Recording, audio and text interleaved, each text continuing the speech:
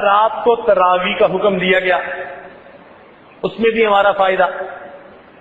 اچھا، ذہن میں سوال پیدا ہوتا ہے کہ تراویح کا جسمانی فائدہ کیا؟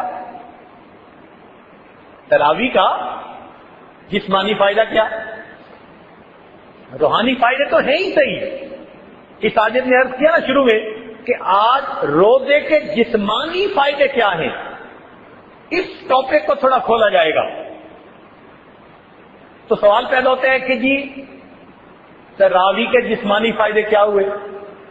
تو بھائی نماز کے روحانی فائدے تو بے شمار ہیں، جسمانی فائدے بھی ہیں۔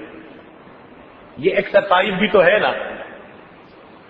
پہلے کہا جاتا تھا ڈاکٹروں کی طرف سے کہ جی آپ ہفتے میں 4 دن کم از کم برسک واک کیا کریں، بلکہ 10 سال پہلے کہتے تھے جاگنگ کیا کریں، یہ بھاگا کریں۔ پھر ثابت ہوا کہ جو جاگنگ زیادہ کرتے ہیں تو بڑھاپے میں ان کے پاؤں کی جو ہڈیاں ہوتی ہیں وہ پرابلم کرتی ہیں۔ اب ڈاکٹر آہستہ آہستہ آ گئے جی کہ برسک واک کہتے ہیں ذرا تیز چلنے کو، کہ جی یہ انسان کے لیے سب سے فائدہ مند۔ اور اللہ تعالیٰ کی شان دیکھیے کہ برسک واک، ذرا تیزی کے ساتھ چلنا، یہ بھی میرے محبوب صلی اللہ علیہ وسلم کی مبارک سنت ہے۔ حدیث پاک میں آتا ہے کہ اللہ تعالیٰ کے محبوب ایسے چلتے تھے جیسے اونچی جگہ سے کوئی نیچے کی طرف تیزی کے ساتھ اتر رہا ہوتا ہے۔ ذرا تیز چلنا یہ محبوب کی مبارک سنت ہے، اور آج دنیا نے دھکے کھا کھا کے بالآخر میرے محبوب کی سنت کو اپنا لیا دنیا کے فائدے کی خاطر۔ ہم کہتے ہیں جی برسک واک کرنا چاہیے، چلیں جی برسک واک کرتے ہیں۔ پھر اب انہوں نے کہا کہ یہ جو ہم دن میں ایک مرتبہ برسک واک کرتے ہیں نا، یہ بھی اتنی فائدے مند نہیں ہے، یہ دن میں کئی مرتبہ کرنی چاہیے۔ اب یہاں سوال پیدا ہوا کہ بندہ ہر وقت واک ہی کرتا رہے گا؟ انہوں نے کہا نہیں جی، تھوڑی سی ایکسرسائز کر لے جس سے کہ انسان کے ہارٹ بیٹ تھوڑا تیز ہو جائے، جو فلوئڈ انسان کے اندر بلڈ کی شکل میں بہ رہا ہے اس کی اماؤنٹ بڑھ جائے تاکہ پوری شریانوں کو یہ صاف کر دے۔ انہوں نے کہا جی چند مرتبہ ایکسرسائز کریں اگرچہ تھوڑی ہو۔ چنانچہ ہمارے ایک دوست جاپان میں گئے تو ایک جگہ ایک کمپنی کے ڈائریکٹر کی بورڈ آف ڈائریکٹر کی میٹنگ تھی۔ وہ کہنے لگے کہ اس 8-10 گھنٹے کی میٹنگ کے دوران وہ 1-1.5 گھنٹہ کے لیے میٹنگ کرتے اور پھر کھڑے ہو جاتے اور اپنی کرسی کے ساتھ ہی کوئی بازو ہلا رہا ہوتا، کوئی نیچے جا رہا ہوتا، کوئی تھوڑا آگے پیچھے ہو رہا ہوتا کرسی کے قریب ہی، اور وہاں کھڑے کھڑے تھوڑی ایسے ہاتھوں سے ایکسرسائز کر کے لائٹ ایکسرسائز پھر بیٹھ جاتے۔ اس میٹنگ کے دوران انہوں نے 3 مرتبہ بریک لے کر یہ ایکسرسائز کی۔ تو کہتے میں نے ان سے پوچھا کہ آپ یہ کیا کر رہے ہیں؟ وہ کہنے لگے جی ہمارے ڈاکٹر اس نتیجے پر پہنچے کہ دن میں 1 مرتبہ ایکسرسائز کرنے کی بجائے چند مرتبہ لائٹ ایکسرسائز کر لی جائے تو اس کا فائدہ زیادہ ہوتا ہے۔ کہنے لگے میں نے انہیں کہا اللہ کے بندوں، یہ جو چند یعنی تھوڑی دیر کے بعد جو چند منٹ کی ایکسرسائز کرتے ہو، اگر اس کی بجائے تم دن میں 5 مرتبہ نماز ہی پڑھ لیا کرو تو آٹومیٹک ایکسرسائز ہو جائے گی۔ اب دیکھیے مومن کو یہ مفت کا فائدہ، وہ اللہ تعالیٰ کا حکم سمجھ کے عمل کر رہا ہے اور اس کا جسمانی فائدہ مفت کا، اس میں نماز پڑھنے سے اس کو فائدہ مل رہا ہے۔ کوئی ان پڑھ بندہ پہاڑ کی چوٹی میں رہتا ہے، اس کو کچھ نہیں پتا کہ میرا جسمانی فائدہ کیا، لیکن اگر وہ بھی پابندی سے نماز پڑھتا ہے تو نماز کی وجہ سے اس کو بھی فائدہ مل رہا ہے۔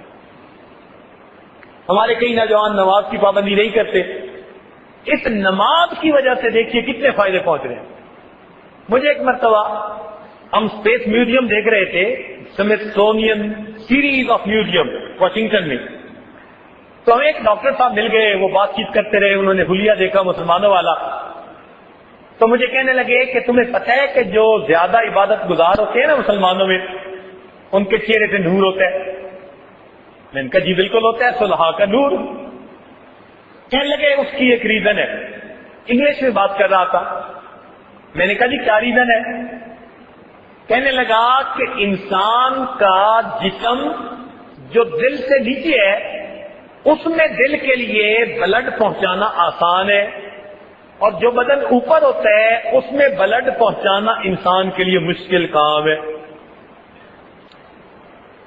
وہ ذرا ڈفرینس آتا چلا جاتا ہے. اس لیے سر میں جتنا فلڈڈ بلڈ جانا چاہیے وہ نہیں جاتا. یہ مسلمان لوگ جو نماز پڑھتے ہیں نا تو یہ نماز میں سجدہ کرتے ہیں. میں نے کہا جی بالکل کرتے ہیں. کہنے لگا سجدے میں ان کا سر چہرہ نیچے ہوتا ہے، ان کا دل اوپر ہوتا ہے. یہی ایک ایسی صورت ہے کہ جس میں فلڈڈ ہو کر بلڈ انسان کے چہرے اور اس کی پوری جلد کے اندر جا رہا ہوتا ہے. اور کہنے لگا اگر ذرا لمبا سجدہ کرو تو پورے چہرے کے اندر خون محسوس ہوتا ہے. میں نے کہا، کہنے لگے کہ یہ جو بلڈ کی سرکولیشن روز فلڈڈ چہرے پر ہو رہی ہوتی ہے یہ انسان کے چہرے کو تر و تازہ بنا دیتی ہے. میں نے کہا عورتوں کو کبھی اس اصول کا پتہ چل جائے کہ نماز پڑھنے سے دیر تک انسان کا چہرہ معصوم نظر آتا ہے تو شاید کریموں کو چھوڑ کر نفلوں کے پیچھے پڑ جائے. اور واقعی آپ دیکھیں گے کہ جو بھی نیکوکار انسان ہوگا نا اس کے چہرے پہ آپ کو ایک روشنی نظر آئے گی، ایک نور نظر آئے گا. واقعی روحانی اثر اپنی جگہ، مگر نماز کے جسمانی فائدے بھی تو ہے نا. وہ جو بلڈڈ ان کو پہنچ رہا ہوتا ہے سجدوں میں وہ ان کے چہروں پہ بہار کی تازگی عطا فرما دیتا ہے. اچھا، اب نماز کے جسمانی فائدوں میں سے ایک فائدہ بتا کے ذرا اپنے ٹاپک کو مکمل کریں. ڈاکٹر اس بات پر متفق ہے کہ آدمی رات کو جب سوتا ہے صبح کے وقت اس کا شوگر لیول سب سے ڈاؤن ہوتا ہے. اسی لیے لیبارٹری میں کولیسٹرول چیک کروانا ہو نا کہتے ہیں جی فاسٹنگ کر کے صبح کے وقت آئے بغیر کھائے، اس وقت شوگر لیول سب سے ڈاؤن ہوتا ہے. تو جب شوگر لیول انسان کا سب سے ڈاؤن ہے تو اللہ تعالیٰ نے فجر کی نماز کی کتنی رکعتیں بنائی؟ 4. اس لیے کہ لیول تو پہلے ہی ڈاؤن ہے، زیادہ لمبی ایکسرسائز کی ضرورت ہی نہیں. بھلے قرات کتنی لمبی کرو مگر ایکسرسائز کتنی ہے؟ 4 رکعت. 4 رکعت سے کام سمٹ گیا. اب اس کے بعد ہم نے دوپہر میں کھانا کھایا اور ماشاءاللہ خوب پیٹ بھر کے کھایا. جب کھانا کھایا تو شوگر لیول اوپر چلا گیا. اب 4 رکعت نہیں، اب کتنی رکعت کر دی گئی؟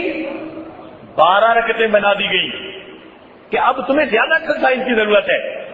ایکسرسائز کرو گے یہ تمہاری کنٹرول ہو جائے گی، تمہیں بہتری ہوگی، فائدہ مل جائے گا. اچھا، جب لیول کم ہو گیا تھا تو پھر اثر کی پھر کتنی رکعتیں بنا دی گئی؟ بھائی کیونکہ کم ہو گیا تھا نا. 4 آپشنل، بھائی اگر تم چاہو تو پڑھو ورنہ کوئی بات نہیں تمہیں معاف کر دیں گے. اور جتنی میڈیکلی ہے وہ کتنی؟ 4 فرض اور 4 ان کے اوپر چھوڑ دیا گیا. لیکن ہو سکتا ہے کہ اس کے بعد کسی نے اثرانہ چائے پی ہو، کوکیز کھائی ہو، آئس کریم کھا لی ہو، تیری بھوک لگ رہی ہے تو پھر لیول ذرا ہائی ہو سکتا ہے. تو مغرب کی نماز کتنی بنا دی گئی؟ 4 رکعت نہیں، کتنی رکعت؟ 7 رکعت بنا دی گئی. اور عام طور پر مغرب کے بعد عشاء کا کھانا ہوتا ہے تو مغرب کے بعد پھر ہم نے کھانا کھایا. اب جب ہیوی کھانا کھایا تو اب رکعتیں 7 نہیں، کتنی کر دی گئی؟ 17.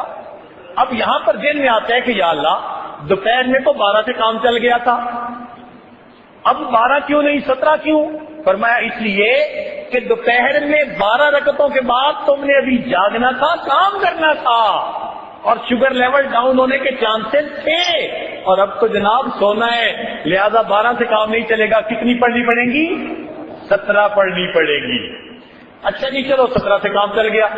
اللہ تعالیٰ کی شان دیکھیے کہ رمضان مبارک میں تو بندہ صبح روزہ رکھتا ہے اور سارا دن بھوکا رہتا ہے، تو شام کے وقت جب افطاری ہوتی ہے تو پھر اس وقت خوب بھوک لگی ہوتی ہے. اکثر اوقات روزہ دار اس وقت اوور ایٹنگ کرتے ہیں.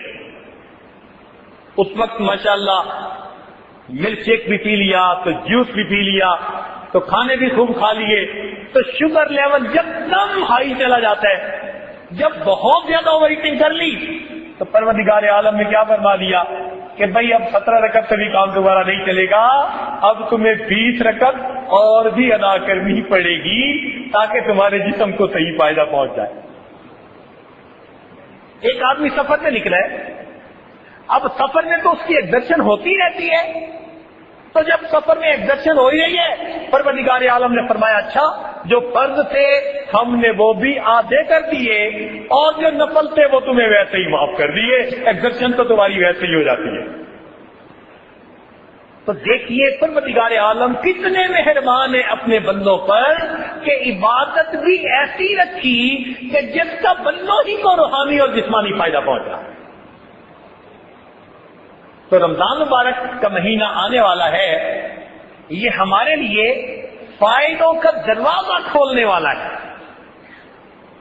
روحانی بھی اور جسمانی بھی۔ اب ہمیں اس کے لیے ابھی سے تیار ہونا چاہیے۔ حضرت مولانا دامت برکاتہم نے جو عنوان رکھا نا استقبال رمضان، پڑھ کے بڑا دل خوش ہوا۔ واقعی آج کا بندہ ایسا ہی ہے، جو بھی اچھا بندہ ہے نا وہ ہر چیز کو پلان کرتا ہے، کہتے ہیں نا ویل پلان ہاف ڈن۔